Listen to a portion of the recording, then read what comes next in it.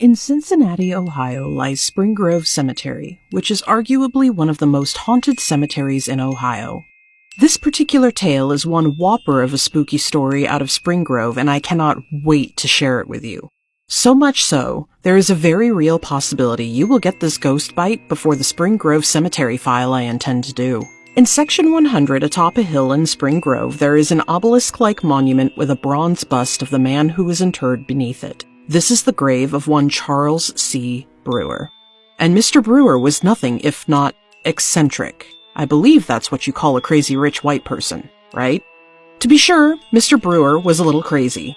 Certifiable, in fact, as he did spend some time committed to an insane asylum during his lifetime, towards the end of his life.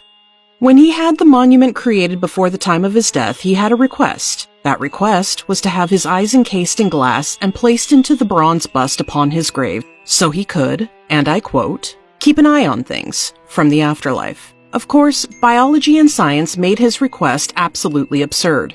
There was no way to effectively encase his eyes in glass in the early 1900s and not have them A, burn up, or B, eventually rot.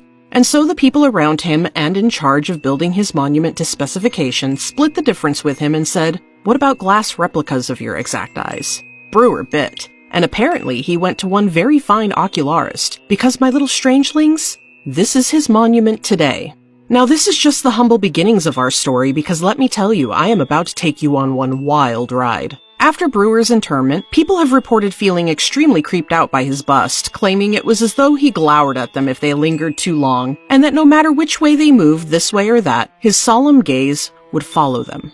Then, one evening, as the cemetery was set to close and dusk began to descend over the springs and groves, one man found himself in front of Charles Brewer and decided, fuck it. He wasn't done exploring, and if he got locked in, he got locked in. It was whatever. Well, Mr. Brewer decided he wasn't about this disrespect, and what happened next, according to the man, is something straight out of a horror movie. The man said as he looked upon Brewer's bust, it was as though the bronze began to scowl at him and scowl harder, the longer he lingered. Eventually, the man said that he saw the eyes move, turning in his direction and fixing on him in a heated and unfriendly glower.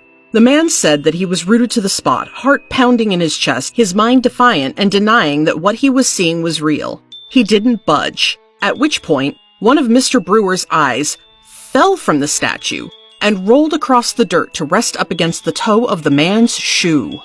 He said that he stared down at the eye, which initially faced away from him in abject horror, until the eye rolled and turned up in his direction to fix on him, which is finally what spurred him into action, and he fled the cemetery in an awful fright and made it out just as the gates were closing. I give credit to the man who told this story. He was certainly braver than most.